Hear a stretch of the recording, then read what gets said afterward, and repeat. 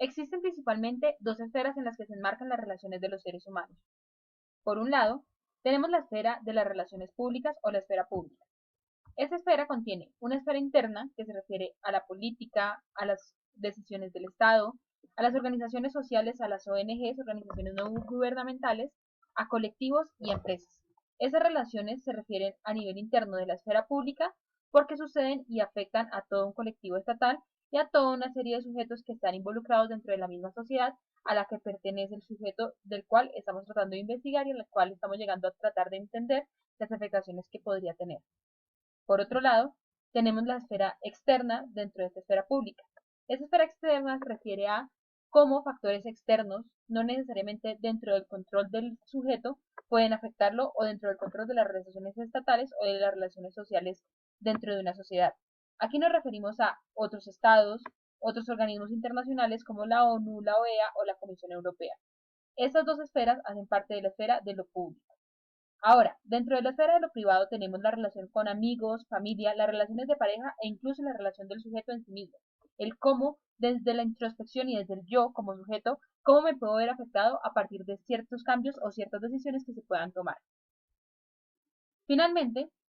tenemos las relaciones que no son solo públicas o solo privadas. Nos referimos a las relaciones público-privadas. Un claro ejemplo de esto es la religión. La religión, aunque hace parte de la esfera privada del sujeto, ya que hace parte de su fe y de sus creencias muy personales, también está sesgado por parte de la esfera pública, ya que la religión ha sido gran parte del constructo social de la sociedad y por consiguiente, al tener tanta injerencia dentro de las relaciones sociales, puede llegar a afectar tanto lo público como lo privado. Asimismo, hay otra barrera que se ha transgredido a través de los últimos años y es cómo lo público cómo lo privado se ha convertido en una parte pública gracias al dominio de las redes sociales y cómo el sujeto ha decidido voluntariamente empezar a compartir sus relaciones privadas de forma pública. Asimismo, las relaciones sociales, que aunque hacen parte de la relación privada del sujeto, de la esfera privada del sujeto, se vuelven parte de lo público ya que pueden llegar a afectar otra serie de factores como lo social, lo político, lo económico. Finalmente, tenemos otros casos excepcionales como son las figuras públicas, que al su vida privada ser tan importante para algunos sujetos puede llegarse a convertir en un ámbito público e incluso en medios de comunicación que se encargan de hacer que esa esfera que es tan privada del sujeto se vuelva pública solo por el espectáculo y solo por el morbo. Son casos excepcionales, pero que hay que tener en cuenta para mirar todas las perspectivas y todas las aristas que puede tener un mismo tema desde diferentes actores. Listo. Entonces, una vez analizados el tipo de emoción política y el tipo de emoción de valor, hay que analizar el tipo de emoción de hecho. En el tipo de emoción de hecho, hay un ejemplo que ha sido muy discutido últimamente y es: esta casa se arrepiente del proceso de paz de las FARC. Es algo que en Colombia es súper usual para nosotros escuchar este tipo de discusiones. ¿Por qué? Porque hay un contexto que que está basado en la realidad de lo que está sucediendo en Colombia y que a la gente le parece interesante discutir respecto a si estuvo bien o si estuvo mal firmar ese acuerdo de paz. Entonces, en estas mociones como se arrepiente, se lamenta, lo que nos están proponiendo es ponernos en la perspectiva de una persona que está en desacuerdo y una persona que está en acuerdo con en este caso con el acuerdo de paz de las FARC, y decir cómo esto puede llegar a ser problemático. Entonces, si estamos diciendo que nos arrepentimos, estamos diciendo que algo pasó, ya algo sucedió, y lo que estamos queriendo demostrar es que como estuvo tan mal lo que sucedió, que la única medida que nos queda ahora es arrepentirnos y decir, eso estuvo mal, y a partir de ese arrepentimiento generar toda una serie de medidas y decir como, oigan, ¿saben qué? Admitimos que este error sucedió, queremos empezar a generar soluciones. Eso es lo que se plantea una persona que se arrepiente y que está en la posición de se arrepiente. Ahora, si estás en la posición de no se arrepiente, lo que tú tienes que mirar es, hey, sí se presentó esta situación que es problemática en estos momentos, pero no nos arrepentimos porque lo que esto nos genera, esta información nos genera, o lo que esa situación nos generó, nos da muchas más perspectivas de cómo solucionar posibles problemas a futuro. Y lo que tiene que hacer esta persona que está diciendo que no se arrepiente o que por lo general está en contra de las mociones de arrepentimiento, es decir, ¿saben qué? Aunque traiga perjuicios, hay muchos más beneficios. Esa será una línea como media de la carga de la prueba que ustedes tienen que demostrar. Y una línea mucho más fuerte o mucho más sí, mucho más rígida, sería decir, ¿saben que no nos arrepentimos porque no hay nada que arrepentirse? Está súper bien. Otra moción por la que la gente suele discutir es respecto a esta casa se arrepiente a toda la discusión que se ha generado respecto a la adopción de parejas homoparentales. Y ahí vuelve nuevamente el sistema de pensar en las personas, en los stakeholders afectados. No nos arrepentimos, posiblemente en este caso, porque las personas normalmente no discutían respecto a los niños que no tienen hogar, a los niños que son adoptados, y tuvo que llegar esta discusión a demostrarnos que hay un actor, que es un actor pasivo en este caso, que está siendo afectado indirectamente e incluso directamente porque no tiene una familia real, y que ustedes solamente se preocuparon de este actor cuando hubo un externo, un tercero, que dijo como, oigan, quiero conformar una familia. Entonces, no nos arrepentimos porque a través de toda esta discusión, por más mal que bien que tenga, por más discriminación que se haya presentado contra las personas homosexuales, o por más defensa o más cosas positivas que se puedan traer a la hora de presentar esta discusión, volvimos a realzar la importancia de este actor que estaba siendo olvidado. Entonces, no nos arrepentimos, y es encontrarle un aspecto positivo a esta posición de arrepentimiento, esa posición de que se cometió un error. Ahora, si ustedes quieren demostrar en una opción de valor que, de hecho, que algo es más importante que lo otro, hay que mirar, basarse mucho en la realidad. Entonces, nuevamente llega la recomendación. Si ustedes no están informados y si ustedes no tienen un conocimiento amplio de lo que está sucediendo en la sociedad, en la realidad, es muy difícil que ustedes puedan afrontar una moción de valor, de hecho, y lo más recomendable aquí es que ustedes se sienten en la posición de un ciudadano normal, no razonable promedio, porque no conocen, bueno, no estoy de acuerdo con el término razonable promedio, pero una persona, un ciudadano de la calle que se podría sentar a pensar sobre esta posición, porque es que yo creo que mi perspectiva personal respecto a debate es que lo que llega a ser más persuasivo es lo que más se acerca a la realidad y con lo que la gente se pueda llegar a sentir más identificada. Tanto en mociones políticas como en mociones de valor, como en mociones de hecho, cuando yo estoy en la capacidad de ponerme en los zapatos del otro, y cuando yo estoy en la capacidad de ser racional y de no solamente pensar desde la postura egoísta de lo que a mí me afecta, sino de lo que el otro le puede afectar, ese tipo de construcción de un esquema mucho más amplio que tiene ramificaciones de los diferentes involucrados y de las diferentes afectaciones y costos y beneficios de lo que se presenta en un espectro amplio, es lo que puede generar, pues, como en el juez y en los otros debatientes, entender que tú tienes un conocimiento mucho más amplio de las necesidades del caso que se está planteando a través de una moción. Entonces, cuando nosotros nos estamos planteando estos factores involucrados, los stakeholders que están involucrados a través de esa esfera de lo público y lo privado que vimos anteriormente, lo que podemos notar es que tenemos un conocimiento mucho más amplio, pero ese conocimiento mucho más amplio tiene que ser real, no solamente tiene que ser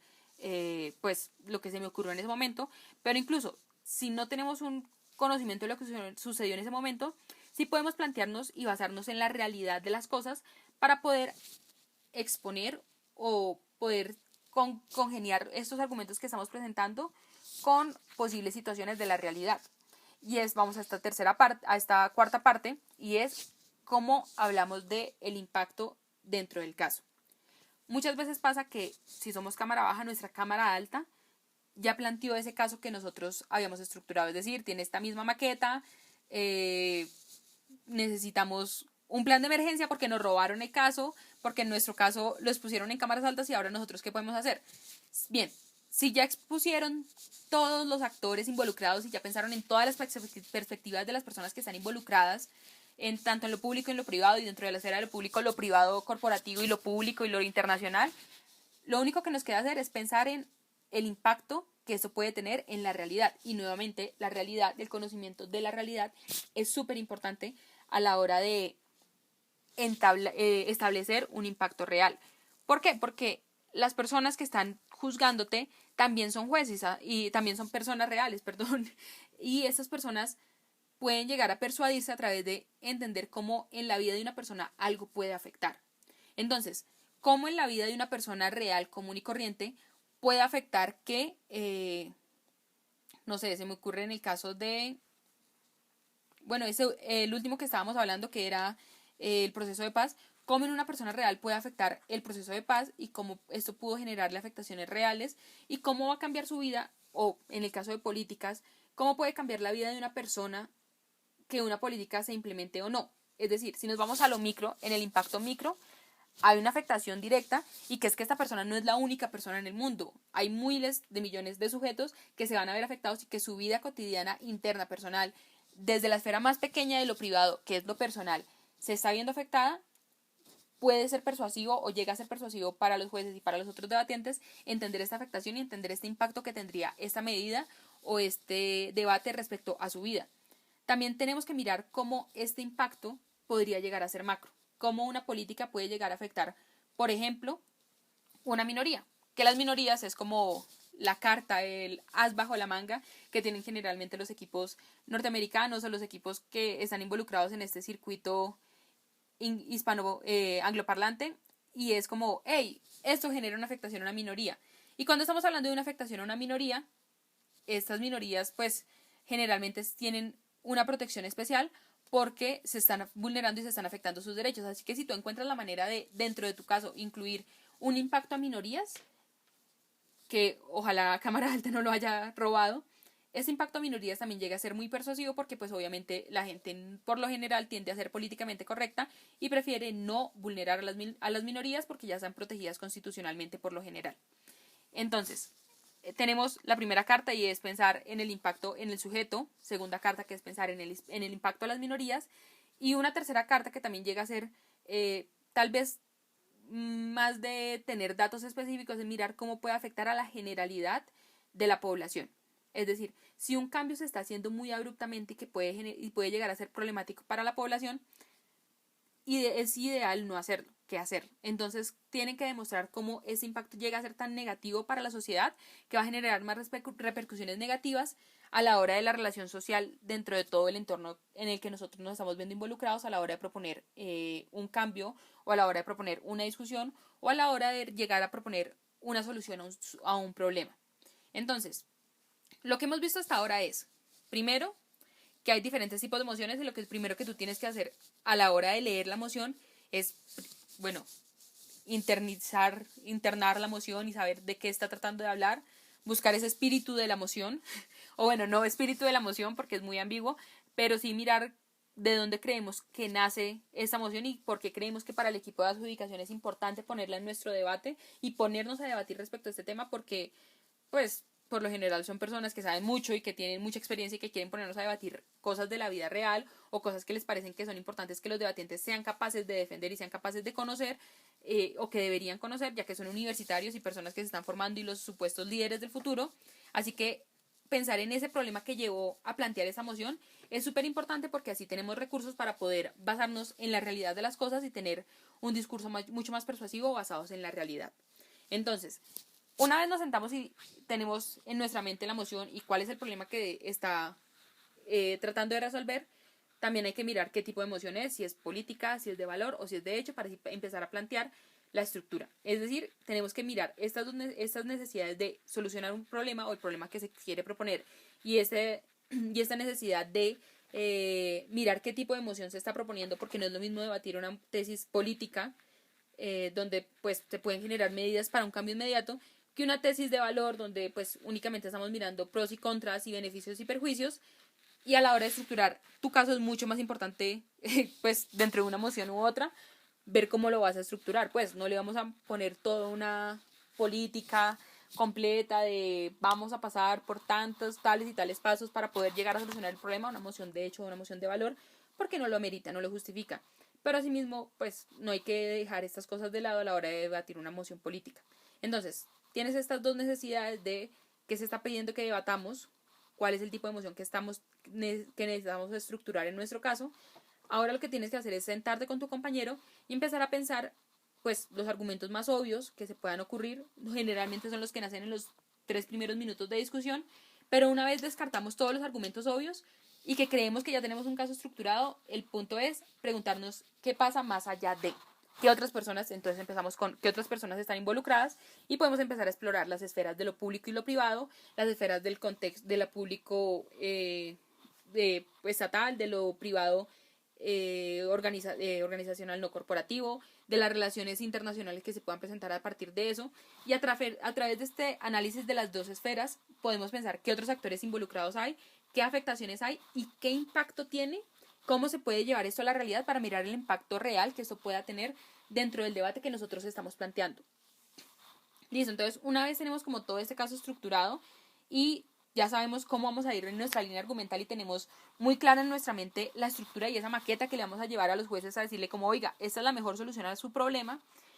lo que sigue es pensar, y ese es como el último consejo, el consejo final que les doy, es pensar en los argumentos y en la estructura de caso del otro equipo. Y es, el otro equipo también quiere ganar igual que usted. Usted necesita esos 3 punticos, el otro equipo también, entonces piense qué se les puede ocurrir a ellos dentro de su estructura, qué necesidades creen que puedan encontrar y qué problemas y soluciones al problema pueden encontrar en su contraparte, para que ustedes traten de abarcar a través de su discurso ese problema y otros problemas. Puede suceder que ustedes efectivamente le estén robando el caso a la oposición y les estén solucionando el problema a través de su medida y a través de sus argumentos, o puede suceder que ustedes, pues, la contraparte tenga un caso totalmente diferente, otros actores dentro de su afectación de stakeholders pensados, pero ustedes aún así están mirando las diferentes caras de la moneda y eso les puede llegar a ayudar a pensar en refutaciones a la hora de plantear el debate. Entonces, como que estructurar muy bien en su mente lo que ustedes van a decir y en qué plano, en qué marco de las cosas se están planteando es súper útil a la hora de hacer esta estructuración de casos. Entonces, como que estos son los consejos que yo creo que son más útiles a la hora de hacer esta estructuración de caso. Cada equipo tiene su estrategia diferente, cada equipo tiene su estructura argumental diferente. Si ustedes creen que la estructura de una afirmación, razón, ejemplo no es suficiente y quieren incluir a ese ejemplo un impacto, es bienvenido. Si ustedes creen que solamente una afirmación no basta, sino que necesitan varias afirmaciones, varios razonamientos y todo se puede encajar a través de una evidencia, es útil, sirve. Y de hecho lo que hacen los mejores equipos, a los actuales campeones pues del CEMUDE, que son Antonio y Javier, lo que hacen es que ellos tienen su propio sistema de argumentación y ellos tienen su propio esquema que se crearon a través de sus necesidades y de cómo ellos quieren estructurar sus discursos. Entonces, si ustedes quieren empezar a trabajar en esta estructura de casos y tener un mapa mental mucho más claro de lo que ustedes quieren hacer y lo que ustedes quieren presentarle al juez, la recomendación es estructuren un método de argumentación que se adapte a partir de sus necesidades, pero que llegue a ser persuasivo. O sea, tienen que evaluar como, esto me sirve, y si algo les sirve y les es útil, y les puede servir para exponer mejor y para que a las otras personas las convenza más, utilícelo. Por más que no sea Tulmin, por más que no sea el típico ARE, por más que no sea AREL, o por más que no sea un sistema inductivo de argumentación, úsenlo porque eso es lo que genera que ustedes estén mucho más apropiados de su discurso y que su caso quede mucho mejor planteado. Es decir, en este caso en el que ustedes son estos arquitectos, nuevamente vamos a la referencia del arquitecto que está planteando una casa, ustedes tienen que mirar con qué material trabajan. Si lo suyo no es el hormigón, si lo suyo es como el concreto, pues ustedes deciden. Y este material y estos productos para utilizar en su maqueta y en su construcción son en últimas los métodos de argumentación, los tipos de argumentos que ustedes quieran utilizar, pero pues obviamente tienen que pensar más allá de cómo vamos a utilizar las herramientas que tenemos, cómo vamos a utilizar este modelo de argumentación, sino es a través de una estructura lógica que sea fácil de seguir para el juez. Entonces, teniendo una estructura mucho más organizada que ustedes puedan presentar al juez y sobre todo enumerando y enunciando lo que ustedes están haciendo dentro de su caso, creo que es lo ideal para que ustedes tengan como ya los tips básicos de qué deben hacer a la hora de pues plantear un caso, presentar un caso y ojalá ganar el caso. Que estén muy bien y nos vemos ojalá en Semude o en un próximo torneo o en un próximo video que se pueda hacer para esta academia virtual. Un abrazo.